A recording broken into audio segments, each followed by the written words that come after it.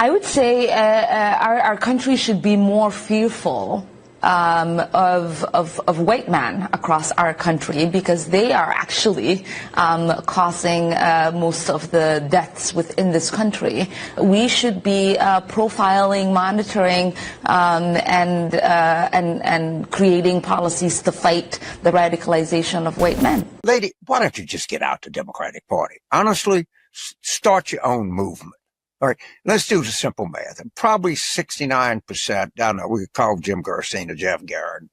Roughly 69% of the people going to vote in November, maybe more. Let's do 70 for just round math, are going to be white. Do you believe there is such a thing on the left as Trump derangement syndrome, which is what the right accuses people of? Do you believe that exists? Can I say something to the people that accuse Democrats of having Trump derangement? No. I got it, and I got it bad, and I don't want to get better. I just want to get worse. Okay? You want to get worse, James? I don't think that I try to conjure up more distaste for him than I have when I wake up in the morning. It's really hard to do. But this is a condition that I'm not trying to get rid of. Ladies and gentlemen, something just happened inside the Democratic Party that nobody saw coming.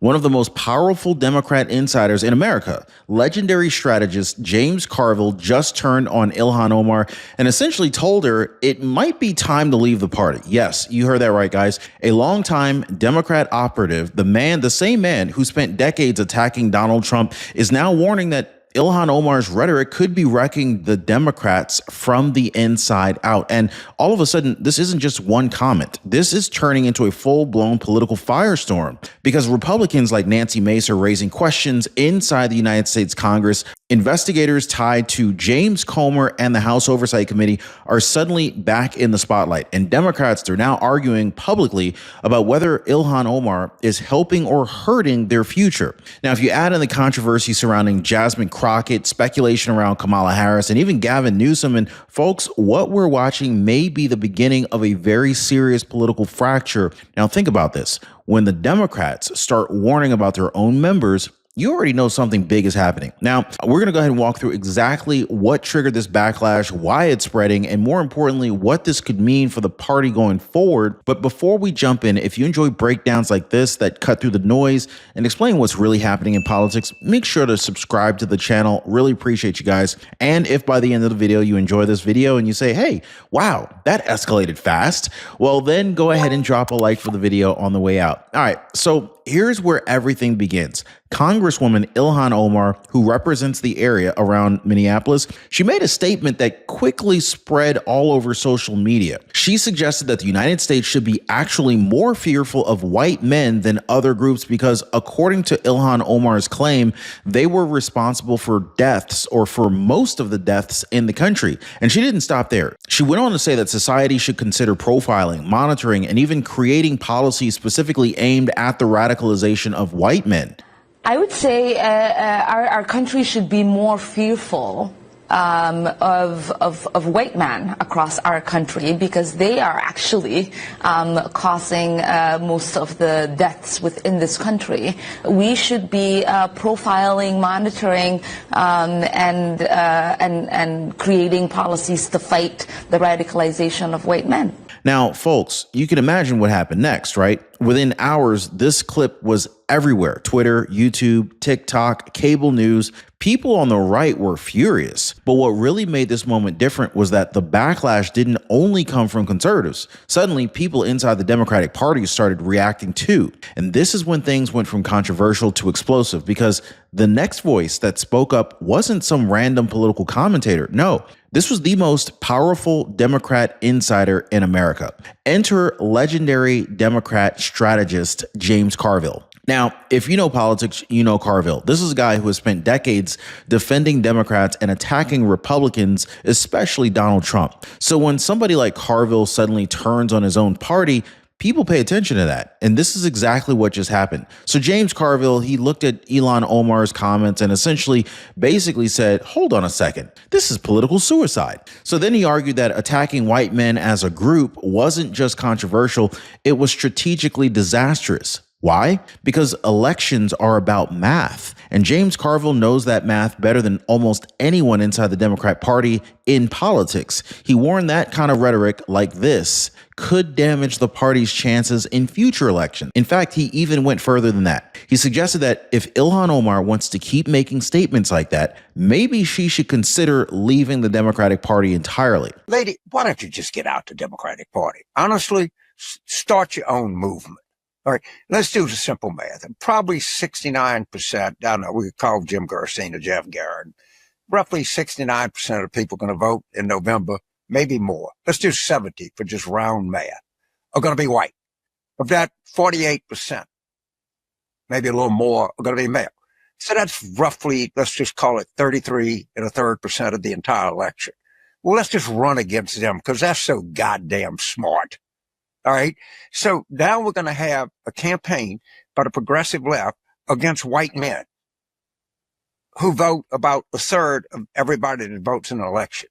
Why don't you, lady, start your own party? And then when it's over, if you want to caucus with the Democrats, fine. We agree with a lot of things that you do, but we don't believe we ought to be running against white men. In fact, we don't think we ought to be running against any gender, any ethnic group, any race, any religion, or anything else. God damn, these people are just helpless. They cannot be helped. There's nothing you can do to help them. They don't want to be helped. And if they had any guts, they'd start their own goddamn political party and get out of ours.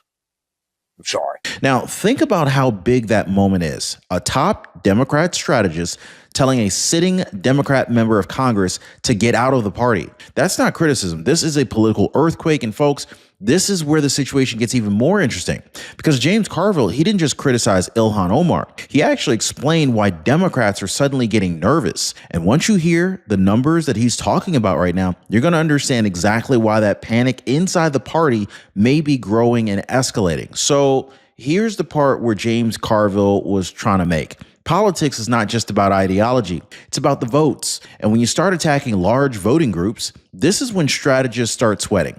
So Carville, he pointed out something simple but extremely important. Here in the United States, white voters still make up roughly 70% of the electorate. So now, if you break that down a little bit further, about half of those voters are men, which means white men alone represent roughly 1/3 of all voters in the country. Now, think about that for a second, okay? Just look at the math. If you're trying to win national elections, why would you go out of your way to anger 1/3 of your voters?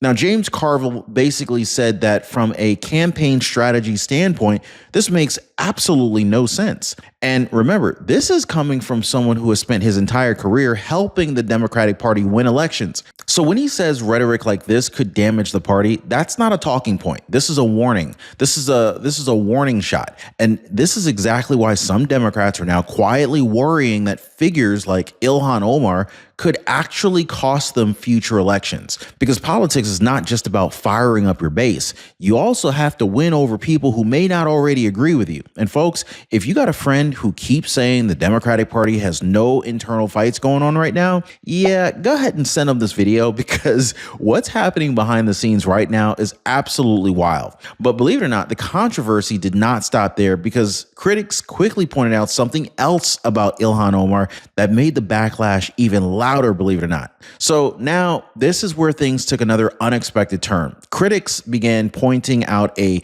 personal detail about Ilhan Omar that quickly went viral. Omar's current husband is a white man. Now, listen, guys, politics gets very messy, doesn't it? But when somebody makes sweeping statements about an entire group and then people notice something like this instantly becomes fuel for critics. Suddenly, the internet was flooded with people asking the same sarcastic question. So are we profiling him too? Your husband? And then again, guys, this is the kind of moment that social media absolutely loves, okay? Because politics today moves at the speed of memes. Within hours, the comment was everywhere. Videos, posts, TikTok, YouTube, Facebook, you name it, commentary clips. And every time the story spread, the controversy got bigger. Now, here is the key point. Whether you agree with Omar or not, moments like this create political headaches for party leaders because they already know that these viral controversies can shape public perception. And perception, especially in an election year, can be everything.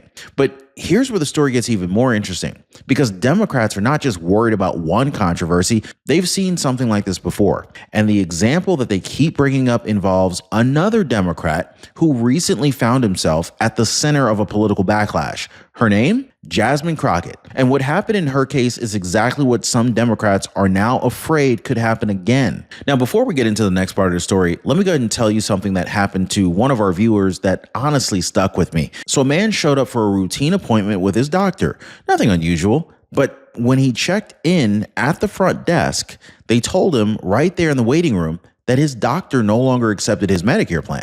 And he said it was embarrassing. He said they said it loud enough that everyone sitting there could hear it. Now, think about that for a second. Nobody wants to find out that their doctor that they trust suddenly isn't covered anymore. This is exactly why I partner with Chapter. They make sure that your Medicare coverage actually matches the doctors you use, because if you're on Medicare, you'd agree that you want your plan to work with your doctors, right? And you'd probably also agree that you don't want to find out the hard way in a waiting room. And this is why so many people are already calling the phone number at the bottom of your screen right there, 909-563-8279, or they're clicking the link right now to go to askchapter.org/Ron to have Chapter check their coverage. It only takes a couple minutes and it could save you a whole lot of frustration later. And it's totally free, by the way. Now let's get back to this political drama, because the controversy surrounding Ilhan Omar did not stop with the viral clips and the internet debates. Democrat strategists are worried about something even bigger. They've already seen a situation like this before, and the example they keep pointing to involves Jasmine Crockett.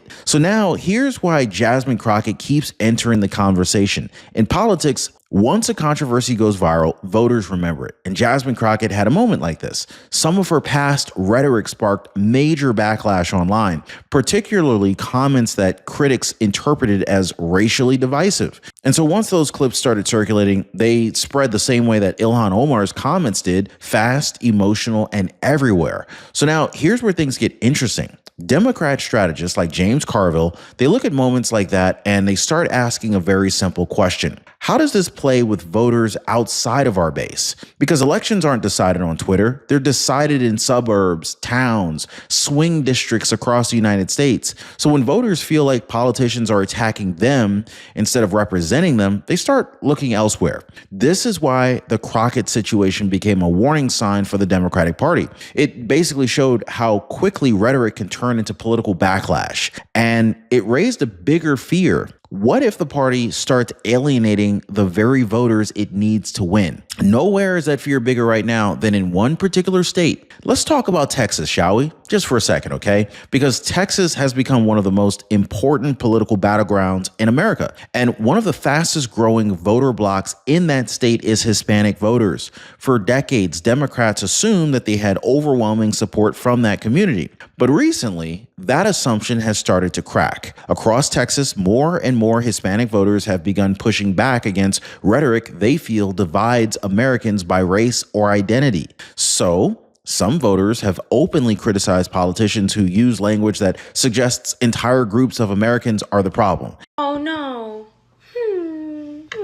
What do you mean? Jasmine not going to Congress for Texas? Oh, Crockett. A girl can only dream. Listen, Jasmine, what was that one quote that you said? Let me think. Oh yeah, we done picking cotton. You can't pay us enough to go find a plantation. Yeah, you remember that. I remember that. How could I forget? See, 6.5 million Hispanic voters in Texas, which is like the majority of the electoral vote here in the state. And you mean to tell me that you think that we're still picking cotton? Hell no, girl. Hell no, that's why you lost. Because you're fucking racist. I'm gonna tell you something real quick. If you would have pitched that in 2002, 2001, you probably could have gotten like a good drift. However, that was people in the past. Those kids that I grew up with that were chasing a field every summer, every spring with their parents, moving school to school because they had to go pick fruit with their parents, are now grown up. And guess what? Do you think that they're gonna go back to picking fields when they have a citizenship? No. As a matter of fact, they're not even looking to vote for blue people with blue policies that put their parents in fields. Fuck no. Some of them are real estate investors, business owners, they're passing down generational wealth, and you think that they're picking cotton. You out of your goddamn mind. And this is exactly what worries party strategists, because once voters start feeling like they're being lumped into categories instead of being respected as individuals, political loyalty can shift quickly. And so when that shift starts happening in big states like Texas, it gets the attention of people that are running national campaigns. This is why moments like the Omar controversy, they're not just viral headlines. To strategists like James Carville, they're warning signs. They're signs, they're signals that the political ground may be moving underneath the party. But the story takes another turn when the media gets involved into this, because the debate around this controversy, it didn't just stay inside of the political circles. In fact, it spilled into television interviews, including a very surprising exchange involving sports broadcaster Stephen A. Smith. And what happened in that conversation revealed just how deep the divide has become. So now this moment happens during a conversation involving sports commentator Stephen A. Smith and Democrat strategist James Carville. I have a lot of friends in Minneapolis, and a lot of people think well of her. But she started attacking white males. And I'm saying, wait a minute, let's stop. All right. In 2024, 72% of the people that voted were white. All right. That's just a fact. Of that 72, probably 48% or 48.5% were male. So it's somewhere around, I did the math on the thing, about 33% of the people that are going to vote are going to be white males. Well, it's stupid to attack 33% of the voters. Right. That's not, you don't want to start there. You know, what you try to do is you start and you build up. And so what I would say to Congressman Omar, why don't you be a Democratic Socialist of America? Do what AOC did. Now, if you know Stephen A., you already know he's not exactly shy about asking blunt questions. So he asked Carville something interesting. He said critics on the right often accuse Democrats of suffering from what they call Trump derangement syndrome. In other words, an obsession with just simply opposing Donald Trump for any and everything. So Stephen A. asked him straight up. He said, "Do you think that's real?" And Carville's answer surprised a lot of people. He basically said yes. He admitted that he strongly opposes Trump and that he isn't interested in dialing that back anytime soon. So that particular moment went viral too, because it just revealed something about the political climate in the United States right now. Do you believe there is such a thing on the left as Trump derangement syndrome, which is what the right accuses people of? Do you believe that exists? Can I say something to the people that accuse Democrats of having Trump derangement? No. I got it, and I got it bad, and I don't want to get better. I just want to get worse. Okay? You want to get worse, James? I don't think that I try to conjure up more distaste for him than I have when I wake up in the morning. It's really hard to do. But this is a condition that I'm not trying to get rid of. I mean, you got two major political camps that often see the world in completely different views. And when those two camps collide, especially in moments like the Omar controversy, this creates exactly the kind of political fireworks that we're seeing right now. But the story doesn't stop with the television debates, because inside the United States Congress, another politician suddenly stepped into the spotlight and raised a completely different set of questions. And her name is Nancy Mace. So Representative Nancy Mace, she made headlines after discussing efforts to obtain immigration records that were connected to Ilhan Omar. Now, of course, Ilhan Omar did not want these immigration records getting out. Now, according to Nancy Mace, she attempted to subpoena documents related to Omar's immigration history and records connected to a family member. But here's where the story takes another twist. Nancy Mace claimed the effort didn't go anywhere. Why? Because the motion to move forward with the subpoena was reportedly blocked. Congresswoman, where do we stand on the investigation into Ilhan Omar? Obviously, there's some, questions regarding her citizenship. She's been referred to the Ethics Committee. Can we trust the Ethics Committee to actually be ethical and do the right thing? Well, what's happened so far? Like, really, I think the remark is always let the process play out. right? That's what they always say, and nothing never happens. I tried to subpoena her immigration records, her husband's immigration records, and it was Republicans that killed my motion. Yeah, and what's going on with that? Do you have any more insight you can share on that? As far as I know, nothing's going on, and nothing will go on. And that's Congress for you, because both sides protect the other. Yeah. Yeah. Thank you very much. Appreciate it.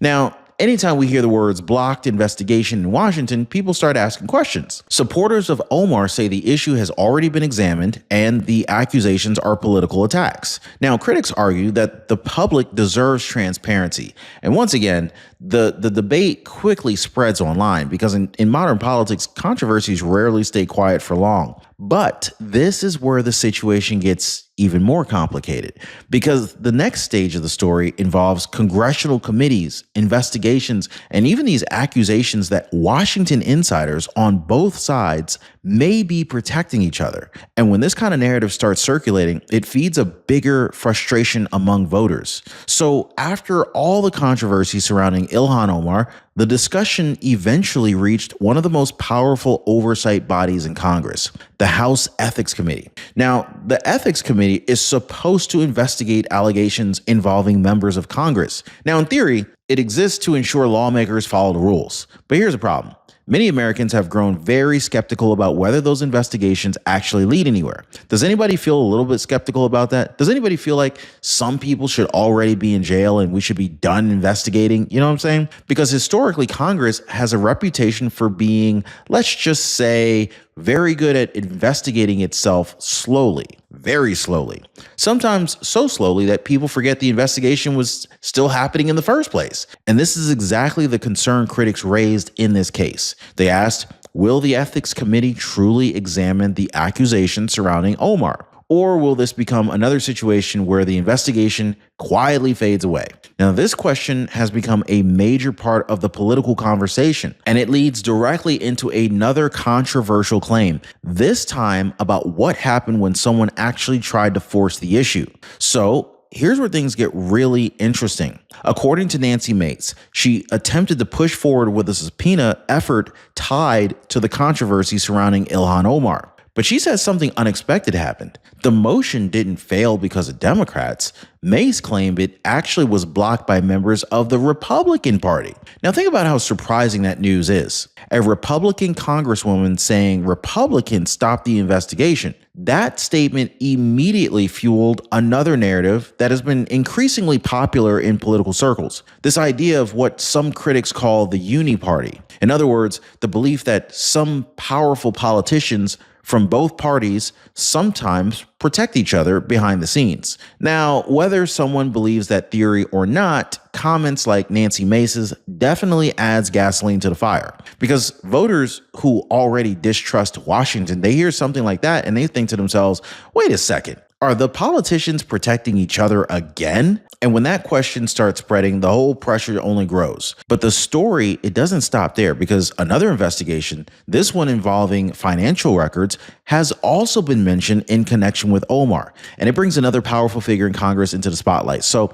another name that appears in this story is James Comer. Now, Comer serves as a leading figure on the House Oversight Committee, which, by the way, investigates financial and ethical questions involving government officials. Now, at one point, reports surfaced that financial records connected to Ilhan Omar were being reviewed, okay? So the focus, according to the critics, involved questions about how her personal finances had grown over time while serving in Congress. Now, to be very clear, these kinds of discussions, they happen very frequently, very often in Washington. Members of Congress regularly face scrutiny over financial disclosures, book deals, speaking fees, and investments. But in Omar's case, the controversy quickly became political. Supporters say that the criticism is simply partisan attacks. Critics say public officials should be completely transparent. Now, once again, the story spreads across the internet, adding yet another layer to an already heated debate. But here's the key point, guys.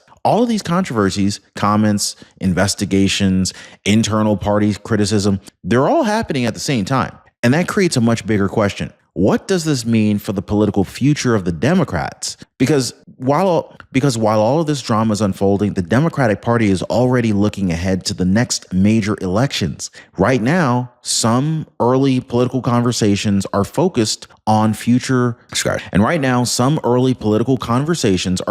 on potential future leaders. Names like Kamala Harris and Gavin Newsom frequently come up in discussions about the party's future. Now, at the exact same time, the political landscape in the United States has changed dramatically because as of 2026, Donald Trump, he's back in the White House. And whenever one party controls the presidency, the other party usually enters a period of serious internal debate. What direction should the party go? What message should it send voters? And perhaps most importantly, which leaders represent the future and which leaders create political headaches? This is the real tension behind the entire Omar controversy. Because when a major political strategist like James Carville starts warning that a member of its own party is damaging its chances, this is when people start paying attention. And so now, at the end of the day, voters, they're going to decide what happens next. But one thing is certain, the debate that we're watching right now inside the Democratic Party, it's far from over. And if this situation continues to escalate, this could become one of the defining political fights leading into the next election cycle. And I want to hear from you guys. Do you think the backlash against Ilhan Omar changes anything inside the Democratic Party, or is this just another political storm that fades away? Let me know what you guys think. And if you enjoyed this breakdown, make sure you leave a like for the video. I totally appreciate you, and we'll see you on the next one.